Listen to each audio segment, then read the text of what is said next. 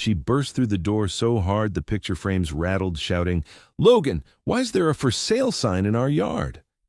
Everyone always thought she was the one in control, the charming one, the clever one, the woman who could talk her way out of anything. And she thought I'd be the quiet husband who'd swallow anything she served. Well, she was half right. I was quiet. But people always forget one thing about quiet men. We don't bark. We bite. And on that day, while she stood trembling on the threshold of our shattered life, she finally realized she'd pushed the wrong man too far. If you want more stories where betrayal meets justice, hit subscribe, tap like, and drop a comment so the story reaches someone who needs it. Now let me tell you how it all started, in the most ordinary place you could imagine. 5 years before that sign went up, if you'd seen our house, you'd think we were the boring kind of happy. I'm Logan Parker, 47, born in Indiana, raised on long highways and hard work. For 3 decades, I've been with the State Transportation Department, fluorescent vest, steel-toe boots, thermos of lukewarm gas station coffee, and the kind of work schedule that laughs at the idea of predictability. Some days I'm in the office drafting traffic plans. Some days I'm out on the shoulder of I-70 before sunrise while commuters fly past, all of them heading home to someone they believe cares. I didn't grow up fancy. I grew up practical. You fix what's broken, you show up when others don't, you keep your word because a man's word is sometimes the only clean thing he owns. I carried that into marriage with a kind of loyalty that maybe belonged to another decade. Back then, our home in a quiet suburb outside Indianapolis felt like a trophy I'd earned with every double shift, a 2-story place with shutters she picked, a lawn I mowed just the way she liked, a grill out back I imagined using for grandkids one day. And inside that house was Marissa, my wife of 8 years. She was 45, worked at a home decor boutique, the kind of woman who knew what rug tied a room together and how to make strangers feel comfortable enough to overspend. People adored her. She had energy, sparkle, presence. She'd been married before and had a son, Ethan, who was 21 now, living near campus. When I met him years ago, he had his AirPods in more often than he took them out, but he warmed up eventually. I never tried to be dad, just the guy who showed up, helped him move apartments, checked his tires, offered the kind of steady presence teenage boys pretend not to want, but secretly depend on. Our nights were simple. Frozen lasagna some days, chicken cooked in the cast-iron skillet others. Ethan would swing by to do laundry, steal leftover meatloaf, and tell stories about professors with strange quirks or friends dating people they shouldn't. Nothing dramatic, nothing wild, nothing like what would come later. Everyone said I'd married up, and I believed them. I wasn't perfect, but I was consistent. Meanwhile, she lit up every room she walked into. I thought we were a team. And when a man believes he's found stability, he tends to stop looking for cracks. Maybe that was my first mistake. It started subtle. Doesn't it always? One Thursday, Marissa came home dressed nicer than usual. Hair shining, jeans a little too form-fitting for a regular shift at the boutique, perfume strong enough to announce her before she entered a room. She leaned against the counter, casually twirling her keys. "The girls from work want to grab a few drinks downtown," she said. "Just a fun night, nothing crazy. You okay with that?" I didn't hesitate. I wasn't raised to police a woman's freedom. "Yeah," I said. "Go enjoy yourself." She beamed, that bright, perfect smile strangers always fell for. "You're the best," she said, kissing me quickly before heading upstairs to fix her makeup. She came home late, heels dangling from her fingers, cheeks flushed, hair tousled. "You'd have hated it," she laughed. "Too loud, too crowded." She smelled like a mix of bar air, perfume, and something else. A scent that didn't belong to me. I noticed. I'm not blind. But I told myself not to become the kind of man who interrogates his wife because she lived a little. A few of those girls' nights came and went. Each one got more polished, more glamorous, more anticipatory. Before long, she upgraded the tradition into a weekend trip. One evening after dinner, she was rinsing plates and said lightly, almost too lightly, "The girls are planning a weekend at a cabin in Brown County. Hiking, wine, hot tub. Would be good for me to unwind." She said it like it was already decided, like she just wanted my blessing to smooth out the guilt. Even then, I didn't think much of it. Yeah, I said, have a good time. And the gratitude she showed me, the way she cupped my cheek and whispered thank you, felt almost rehearsed. On the morning she left, she looked different. Not like someone going hiking, more like someone dressing for an audience I'd never met. Her leggings were new, the kind you buy for being seen. Her hair was freshly done. Her perfume lingered in the driveway after she hugged me goodbye. You know I love you, right? She said, fingers warm against my chest. I know, I said. And back then, I believed it. The house was quiet, her first night away. Too quiet. I FaceTimed her around 9. She answered with music blasting behind her, bright lights swirling across her face. We're at dinner, she shouted. Some little place near the cabin. I asked for the name, just to make conversation, and she blanked, fumbling. Oh, I can't remember. One of the girls picked it. That wasn't like her. She remembers every detail, every lamp, every fabric, pattern, every wine label she's ever recommended. And now she couldn't recall the name of the restaurant she was sitting in. But again, I swallowed it. She returned Sunday, all smiles and stories so vague they slipped through my fingers like smoke. What was your favorite part? I asked casually. Oh, shopping, wine, girl talk, she said. No specifics, not a single anecdote. For a woman who normally narrated her life with dramatic detail, her silence was louder than any confession. And then she did it again. Another cabin trip. Then another. Each one with fewer details, more missing hours, more sighs when I asked simple questions. Why are you interrogating me, Logan? She snapped one night. Since when do you care where I am every minute? Since the moment you stopped acting like someone who had nothing to hide. But I didn't say that. I didn't say anything. Which, of course, was the moment everything quietly shifted. The internal break, when doubt became reality. I sat on the couch one night, TV muted, watching the reflection of the screen flicker on the darkened window. She was gone again, supposedly with the girls. I opened Facebook, not because I wanted dirt, just because I needed clarity. I checked the profiles of her co-workers she always mentioned. Scroll, scroll, scroll. Photos from real past girls' trips, months earlier, all of them tagged, laughing, raising drinks, posing in matching flannel. And there was Marissa, cheerful, natural, present, but on the weekends she told me she was with those same co-workers. They were at their kids' soccer games, posting brunch photos, tagging locations in Indianapolis. Not a single one was out of town. I felt something inside me go still, not panic, just a kind of cold, clean realization. The girls she claimed to travel with were at home, which meant she wasn't. I opened our text thread. One message from her, going to dinner with the girls, was sent at the exact time her coworker had posted a selfie from her own living room. I didn't gasp or curse. I just sat back and breathed, feeling something break in a quiet, almost respectful way, like truth tapping me on the shoulder, whispering, "Look closer." I didn't want to check her phone. I wasn't that man. But I also wasn't a fool. One night I opened my laptop and typed something no husband ever wants to type. How to catch a cheating spouse. Every article said the same thing. Don't confront without proof. Don't follow her yourself. Don't guess. Hire a private investigator. It felt dramatic, something for movies, not for men like me who worked overtime and believed in vows. But logic beat pride. I needed truth, not theories. I called a few agencies. Some sounded like scripted salesmen. Then I reached Graham Miller, a retired cop turned PI with a voice like gravel and patience like stone. He didn't oversell. He just said, if she's cheating, we find out. If she isn't, you get peace. That was enough. We met in his small upstairs office over a bakery. Plain desk, file cabinets, coffee pot older than both of us. I handed him a folder, photos of her, her car, her schedule. He nodded, writing notes in tight block letters. I'll follow her. Work, home, trips. You'll get photos, timestamps. Nothing dramatic. Just facts. Facts. The one thing she could never manipulate. I paid the retainer, money I'd earned pouring concrete in 90-degree heat, money I never imagined using to expose the woman I shared a life with. The first few days, Graham followed her and found nothing unusual. She went home. She bought groceries. She filled her tank. I started to think maybe I'd lost my mind, that the paranoia had gotten to me.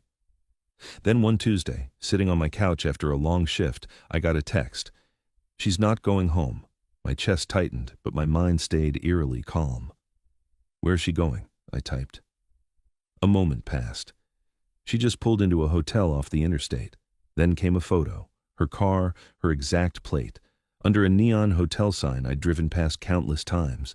The photo didn't hurt. It hollowed, like someone reached inside and carved out everything soft left in me. I didn't scream. I didn't throw my phone. I just stared, letting the truth settle into place. A few days later, Graham asked me to stop by. When I arrived, he had a thick manila envelope on the desk. "Everything you need is here," he said. Inside were photos, her car at the hotel, her walking inside with a man, her leaning against him in the parking lot, her kissing him like he was the only man she'd ever chosen. Different nights, different outfits, same betrayal. I didn't rage. I didn't break down. Something inside me just shut off. Graham watched me, then asked, "What do you want to do next?" I didn't hesitate. "I'm done. Not with life, with her, with the version of myself that tolerated confusion, with the false peace of pretending everything was normal. And that single decision, calm, quiet, unshakable, was the moment everything in my world rearranged itself." I drove home from Graham's office with the envelope on the passenger seat, its weight heavier than anything I'd ever carried. You'd think betrayal comes crashing in like a hurricane. Mine came quiet, riding shotgun in a manila folder, tapping the dashboard like a reminder that the past 8 years weren't at all what I believed. When I walked into the house, Marissa was sitting cross-legged on the couch, flipping through channels, hair up in a messy knot, wearing the same oversized sweatshirt she always stole from my side of the closet. She looked up at me and smiled, like nothing in the world was out of place. "Hey babe, you're late." I kissed the top of her head, nodded, and sat next to her, heart silent, mind cold. I didn't tell her anything. I didn't confront. I didn't question. I didn't give her a chance to twist the truth into some emotional, acrobatic routine she'd expect me to believe. Quiet men only get loud once, and I wasn't ready for that moment yet. Not without a plan.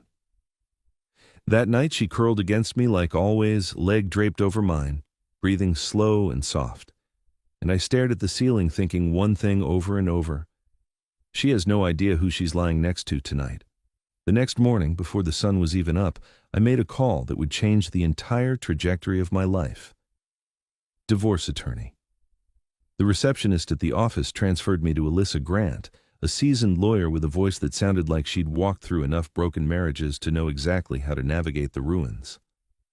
"Come in this afternoon," she said. "Bring any evidence you have." Evidence. Funny word to apply to your own marriage, but I brought it. Every timestamp, every photo, every detail Graham captured. Alyssa's office was the opposite of his. Bright windows, organized bookshelves, calm colors. She motioned for me to sit, and I slid the envelope across the table. She opened it, flipped through the pages one by one, not reacting, not rushing, just absorbing. When she finished, she folded her hands. "I know this isn't easy," she said, "but you're doing the right thing by coming in early. The sooner we move, the cleaner this process will be." Clean. There was nothing clean about any of this, but I nodded. She walked me through everything. Property division, financial responsibilities, what courts in our state considered during divorce. I listened, jaw tight, hands steady. Then she leaned forward. "With this evidence," she said, tapping the folder, "she doesn't get to walk away with alimony. She doesn't get to claim you abandoned her or left her without support. This protects you." I let out a slow breath I didn't know I'd been holding. I wasn't out for revenge. I just needed fairness, or something close to it. Alyssa gave me instructions, what not to touch financially, what to document, when to stay silent. Silence. I had that part mastered already. When I left her office, everything felt both surreal and sharply real at the same time. Our marriage wasn't a slow fade anymore. It was officially on paper, heading straight toward dismantling. I drove past the courthouse on my way home, staring at the brick building with its columns and flags. People walked in holding folders, couples stepping out in opposite directions. I wondered how many of them were walking through something similar, how many had stared at the same kind of evidence. But nothing about seeing betrayal in print prepares you for the logistics of ending a life built with someone you once trusted. It was like watching your own house split down the middle and being told to choose which half you wanted to live in. When I finally made it home, Marissa was in the kitchen stirring pasta sauce. The smell of tomatoes and garlic filled the room, a scent I used to love. She turned, smiling over her shoulder. "Dinner will be ready in 10. I nodded, hung up my jacket, washed my hands. The whole time she talked about her day. Some customer who wanted a discount on a rug, a coworker who got engaged, normal, harmless details. She didn't know that the foundation beneath her entire world was already cracking. And I didn't tell her. Not yet. The following days became strategic, calculated, every step measured. I opened a new bank account across town, changed my direct deposit, removed Marissa as an authorized user on every credit card. Each call felt like reclaiming a piece of myself. And every time a representative said, "Okay, she no longer has access," I felt something loosen inside me, as if invisible ropes she'd tied around my life were snapping one by one. But the car, that SUV she drove every day, was the one thing I couldn't separate from my name without her signature. I called the finance company on my lunch break, sitting in my truck eating a sandwich that suddenly tasted like chalk. "Can we transfer this loan solely into her name?" I asked. The woman on the phone didn't hesitate. "Not without her authorization. And if payments stop, both credit profiles are affected." Trapped. Not by love, by paperwork, I told Alyssa. She was unfazed. "Keep paying it for now. Document everything. Judges care about records." So I paid. Month after month, and I wrote down every cent, not out of bitterness but because truth needs numbers. Her truth had none. Then came the conversation that shifted everything into motion. We were cleaning up after dinner. She dried plates, I closed cabinet doors. Quiet, comfortable, familiar. Then she said lightly, "The girls are planning a trip, a few days away, maybe 5. My friend in Ohio's having a hard time, and we want to be there for her." Her tone had a softness to it, the kind you use when selling a lie you've practiced in the mirror. 5 days? I said. "Yeah, we'll leave Thursday, back Tuesday." She stepped closer, hands still damp from the dish towel, and pressed her forehead briefly to my chest. "You're always so understanding. I don't know what I'd do without you." For a moment, a strange, suspended moment, I almost felt sorry for her. Because while she packed for her 5-day escape, I was preparing for the day she returned to a life she no longer controlled. The morning she left, I carried her suitcase to the car, loaded it gently, even closed the trunk like I'd done 1,000 times.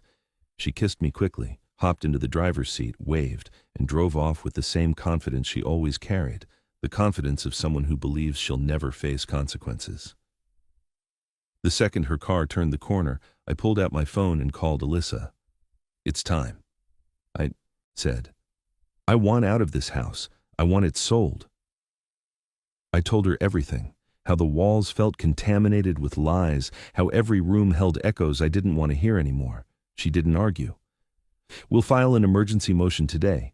If the judge agrees, we'll get an order to sell." And just like that, the home she thought was stable ground became a piece of property heading toward liquidation. I didn't hesitate. I didn't second-guess myself. Grief has a sharpness to it, but betrayal has direction. And mine was pointing forward. 2 days into her trip, the call came. "Judge signed the order," Alyssa said, emailing it now. I opened the PDF, a few sterile pages, checkboxes, signatures. It was strange how something so small could uproot something so big. The house was no longer a home. It was an asset in transition. I printed the document, held it in my hands, and exhaled slowly. I wasn't excited. I wasn't vindicated. I was simply done. Later that afternoon, I met with Kelly Benson, the real estate agent Alyssa recommended. Kelly was brisk, professional, all business. She walked through the house, taking notes and photos while I followed behind like a ghost wandering through the remnants of his own life. At the dining table, she finally asked, "So, what's prompting the sale?" A simple question, a brutal answer. "Divorce," I said. The word felt like a stone dropping into a still lake. She nodded sympathetically but didn't pry, didn't frown, didn't treat me like a tragedy, just tapped details into her tablet. We'll list it this week. The morning the sign went up was quiet. Blue sky, light breeze, birds picking at the lawn.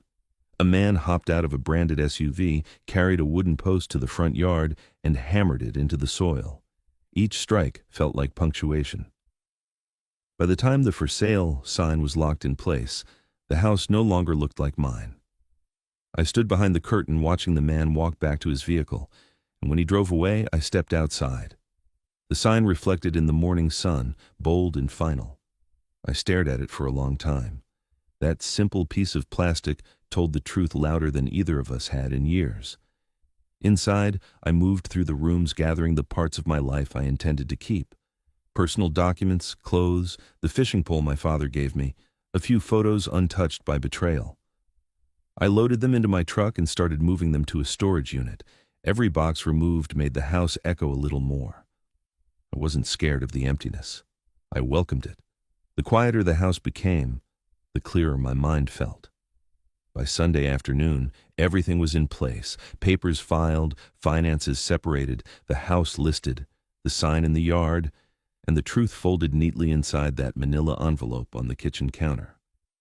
The house was still and warm from the afternoon sun when I sat in the living room with a book open in my lap, pretending to read, waiting for the sound of her car. The room was silent except for the faint tick of the clock. Then it came. Tires on gravel, engine shutting off, trunk slamming. I didn't move. I didn't tense. I just waited. The front door flew open, and her voice cut through the hallway like a blade.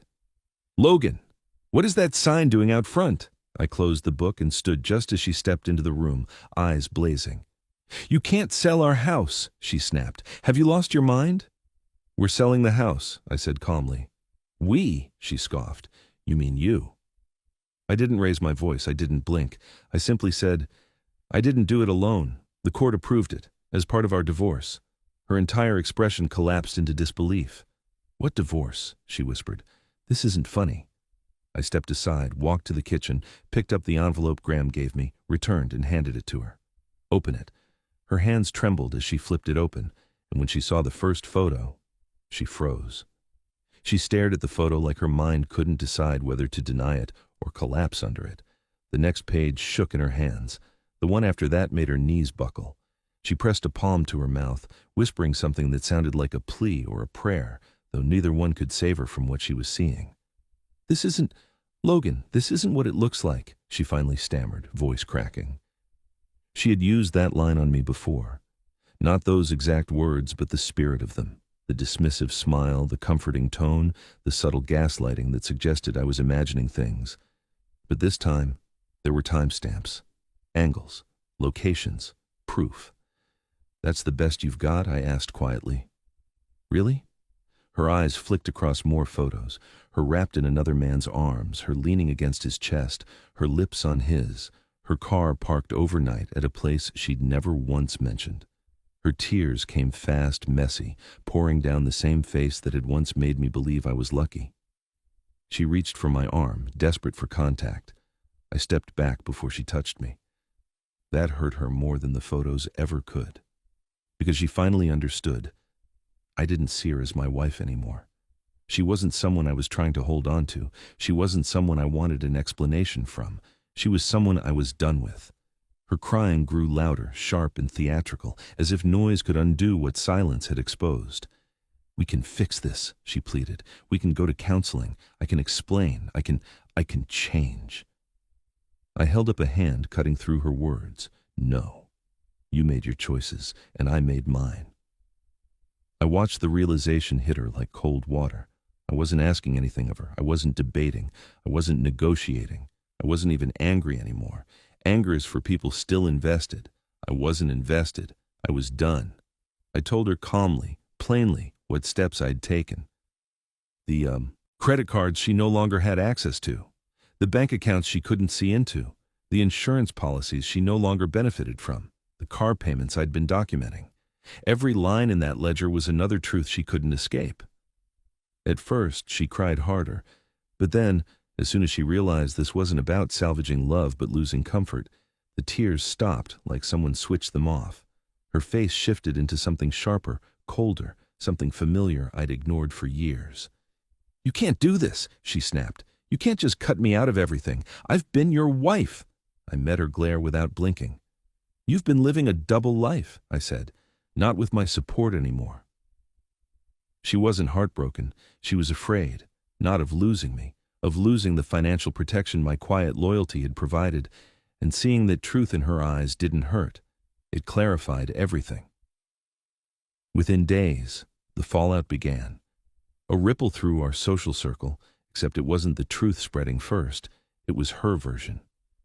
I heard from friends that she'd told people I was distant, cold, emotionally checked out, that I neglected her, that she felt alone, that she slipped because I pushed her away.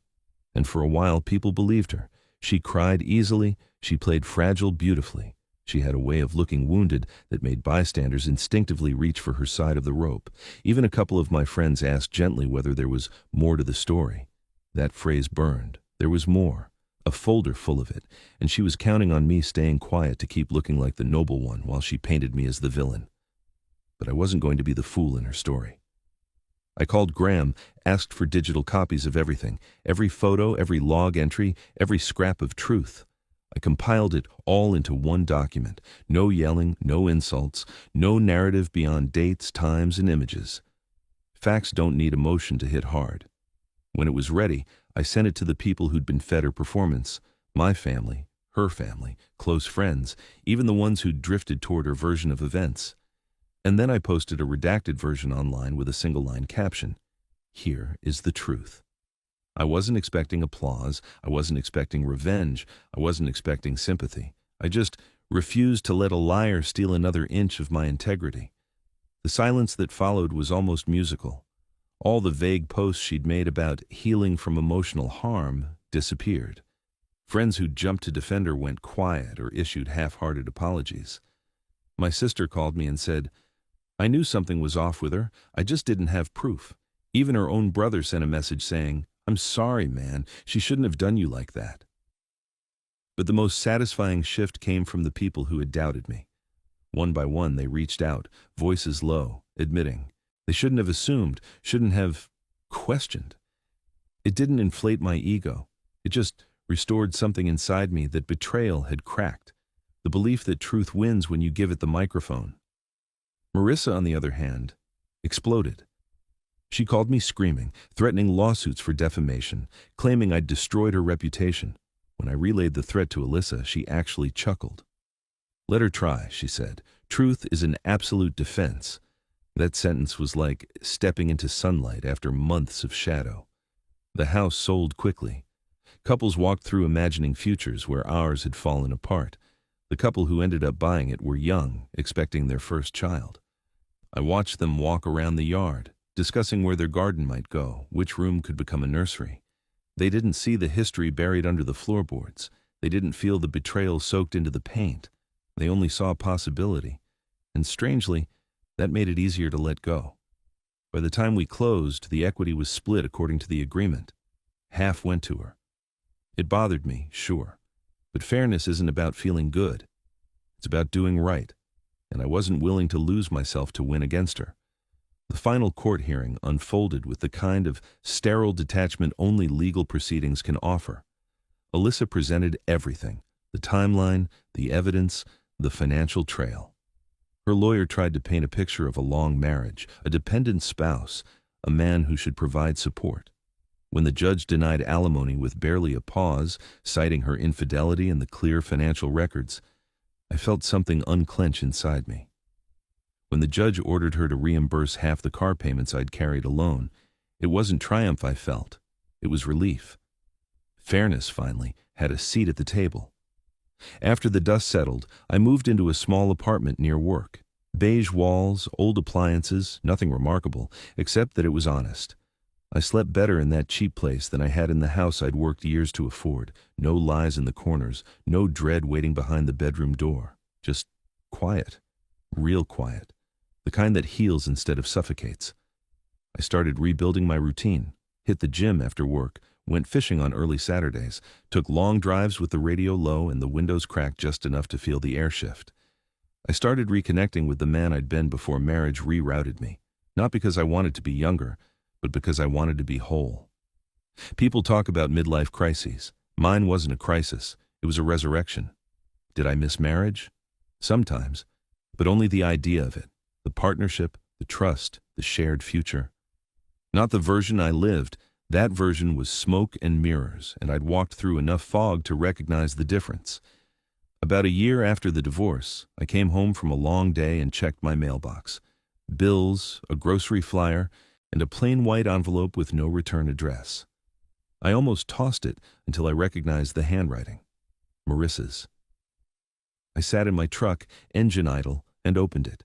Inside was a thick letter, pages and pages in her flowing script, apologies, memories, explanations wrapped in guilt. She wrote about losing herself, making terrible mistakes, still loving me, wanting closure, wanting one final conversation. I read every word. Not because I hoped for reconciliation. That door wasn't just closed, it was gone, but because part of me needed to understand what a person writes when they have nothing left to weaponize. When I reached the last page, I folded the entire stack, tore it into small pieces, walked to the dumpster behind my building, and dropped it in. Some things don't deserve a drawer, or a box, or a second chance. I walked back to my apartment feeling lighter than I had in years. People assume betrayal kills you. It doesn't. It strips you down. It burns off the illusions. It forces you to rebuild from the studs, stronger, cleaner, wiser. I learned that trust without honesty is just decoration, looks nice from the outside, crumbles when leaned on. I learned that a quiet man isn't weak. He's just conserving energy for the moment it matters. I learned that loving someone doesn't mean you let them rewrite your character into the villain of their story.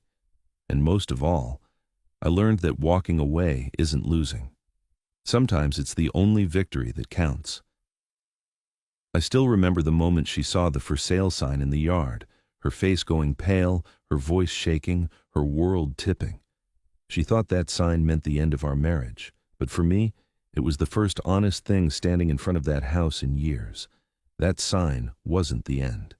It was the beginning of clarity, of truth, of a life built without lies. If you've been betrayed, hear me. You don't have to stay broken. You don't have to keep sleeping inside a life that hurts to touch. You are allowed to choose yourself. You are allowed to walk away. You are allowed to begin again. And if this story hit something inside you, subscribe, hit like, and drop a comment. Someone out there needs your voice as much as you needed this story.